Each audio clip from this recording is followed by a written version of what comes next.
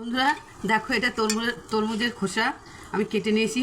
তোমরা কারা কারা খাও আমি জানি না, কিন্তু আমরা চিংড়ি মাছ দিয়ে মাছের মাথা দিয়ে খাই। আজকে আমি রুই মাছের মাথা দিয়ে এটা করছি। কেমন করে করছি তোমাদের দেখাচ্ছি। তেলটা গরম হয়ে গেছে, এবার আমি মাছের মাথাগুলো লাল করে ভেজে নেব। একটু তেল দিতে হবে বেশি করে, তাহলে খেতে ভালো লাগবে। তাই তেল দিয়ে দিলাম।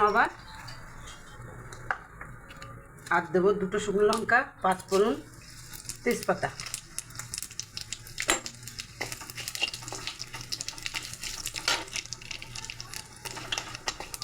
আর এটা দেখো, সেদ্ধ করে নিয়েছিলাম, যে সেদ্ধ করে চিপে নিয়েছি। দেখো একটুখানি হয়ে গেছে। এবার এটা আমি তেলে দিয়ে দেবো।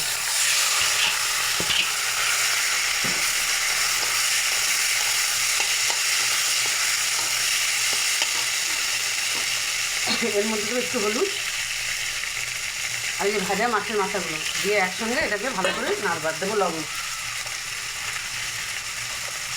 এটাকে ভালো করে নাড়বো, ভাজা ভাজা করে নেবো।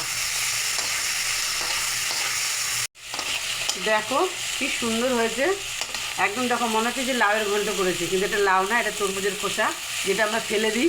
সেটা দিয়ে দেখো আমি একটা সুন্দর একটা মাছের মাথা দিয়ে একটা সুন্দর তরকারি করেছি। এটা খেতেও কিন্তু খুব ভালো লাগবে, কিন্তু এটাতে একটু মিষ্টি চলবে, মিষ্টি মিষ্টি টাইপের হবে। তাই আমি একটু চিনিটা একটু বেশি করে দেবো।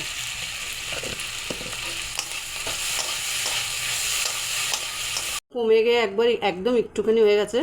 দেখো খুব সুন্দর লাগবে, তোমরা করে দেখো।